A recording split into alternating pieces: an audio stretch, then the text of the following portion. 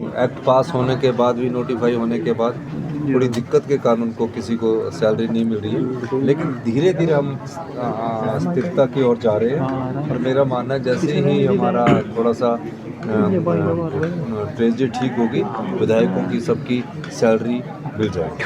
Disaster पूरी तरह से लागू करने की बात कही आपने सर आज। डिजास्टर तो आज पूरी तरह से हमने लागू कर दिया गया है।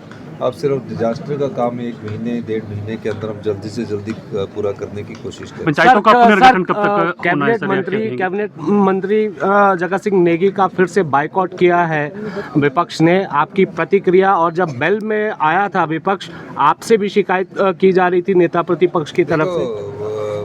एक ना, मैं देखता हूँ कि विपक्ष के नेता जी जो हैं, तो जयराम जी के प्रति जयराम जी जो हैं वो जगत सिंह नेगी जी के प्रति कुछ हीन भावना रखते हैं, इसमें कोई दो राय नहीं है। सबसे मेहनती मिनिस्टर है, डिजास्टर में सबसे ज़्यादा काम करते हैं, और जो भी लोगों के अधिकार होते हैं उनकी बात सुनते हैं, कोई किसी के प्रति व्यक्तिगत टिप्पणी नहीं करते। और निश्चित तौर पर उनको ऐसा लगता है कि जयराम जी को ऐसा लगता है कि जब वो बोलते हैं तो तथ्यों पर बोलते हैं, तो उनको मुख्यमंत्री होने के नाते पूर्व तो उनको कुछ बातें पिंच होती है, उस पिंच के आधार पर ये महसूस करते हैं। लेकिन मेरा मानना है कि वॉकआउट करके कोई फ़ायदा होने वाला नहीं है, और आपसी सामंजस्य से बात करनी चाहिए। जयराम जी को भी उनके प्रति गंभीर टिप्पणियां नहीं करनी चाहिए, और मेरा ये मानना है कि जगत सिंह नेगी जी हमारे सबसे जो मिनिस्टर्स हैं वो तत्परता से जवाब देते हैं और तथ्यों के आधार पर जवाब देते हैं। आपसे क्या शिकायत कर रहे थे जब बेल में आए थे? नहीं, देखो, जयराम जी को गुस्सा बहुत आ रहा है, जबकि उनके स्वभाव में गुस्सा नहीं है, तो उनके स्वभाव का गुस्सा नज़र आ जाता है। अब किस चीज़ का तनाव है ये मैं नहीं कह सकता। एक तनाव तो सबको जग जाहिर है, मैं नहीं कह रहा। 5 गुटों में भारतीय जनता पार्टी बटी हुई है, और 5 गुटों में 1 गुट जयराम जी का भी है, तो निश्चित तौर पर उससे उनको थोड़ी सी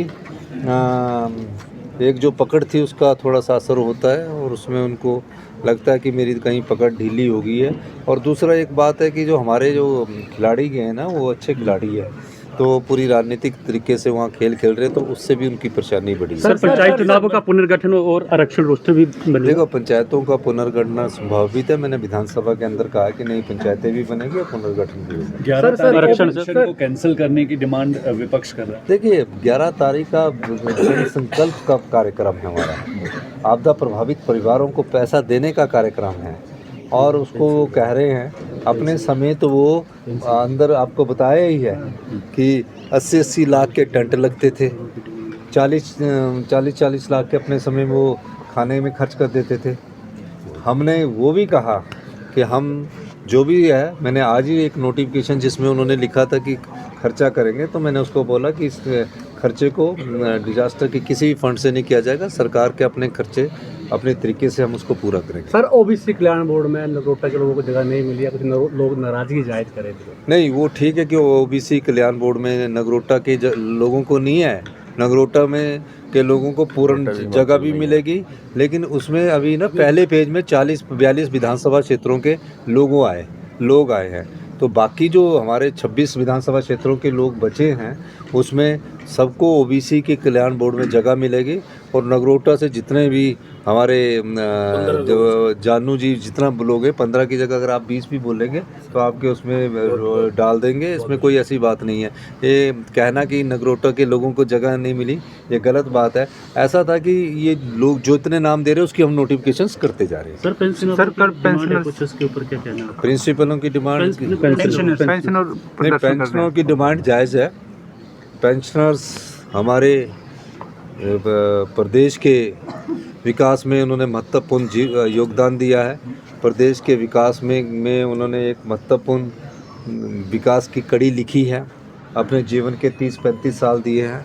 हमारी सरकार उनको पेंशन दे रही है, लेकिन कुछ दिक्कतें हैं, और वो दिक्कतें हमारे कारण नहीं आई है, वो दिक्कतें कुछ केंद्र सरकार के कारण भी आई है। और मेरा ये मानना है कि हम उस दिक्कतों को पार पा रहे हैं, और थोड़ा सा इसका समय लगेगा, और उस समय के अनुसार हम उसमें पार पाएंगे और हम उसके लिए दिन रात मेहनत कर रहे हैं। पेंशनों की मैंने आज ही मीटिंग ली है कि पेंशनर जितने भी विभाग है जिनको जो भी उनके मेडिकल बिल है वो तो भेजिए। मेडिकल बिल को हम जो है अगर वो हमारे पास 10-15 दिन में मेडिकल बिल भेजते हैं तो उनके हम सारे मेडिकल बिल की जो पेमेंट है वो करने के लिए उनके पदाधिकारी कुछ आपसे मिलना चाहते हैं सर? जो भी उनके मेडिकल बिल है उनको हम भुगतान कर देंगे। और जो भी पदाधिकारी क्या जो भी आता है मुझसे मिल सकता है। पदाधिकारियों भी अगर हमसे मिलना चाहेंगे हमारा उनका भी स्वागत है। वो हमारे बुजुर्ग है, हम उनकी थोड़ी दिक्कतों को भी मैं भी समझता हूँ। थोड़ा सा मैं उनसे बात करके अपनी दिक्कतें भी हम बताएंगे और थोड़ा सा समय की ज़रूरत है, 3-4 महीने की समय की ज़रूरत है। हम इस वित्तीय संकट से पार पा सर वो नाराजगी जाहिर करे कि उनका जो रैली स्थल है वो बदल दिया गया है उनका? नहीं, रैली स्थल में एक काम की सारी ट्रैफिक जो ये कौन सा ग्राउंड है ये जोरावर में सारे लोगों की गाड़ियाँ खड़ी करी जा रही है और वहाँ से उनको मिलने के लिए हम बुलाया जा रहा है। तो किसी का रैली स्थल बदलने की बात नहीं। पेंशनरों को अगर आपने मिलने की बात की है तो हम पेंशनरों से मिलेंगे।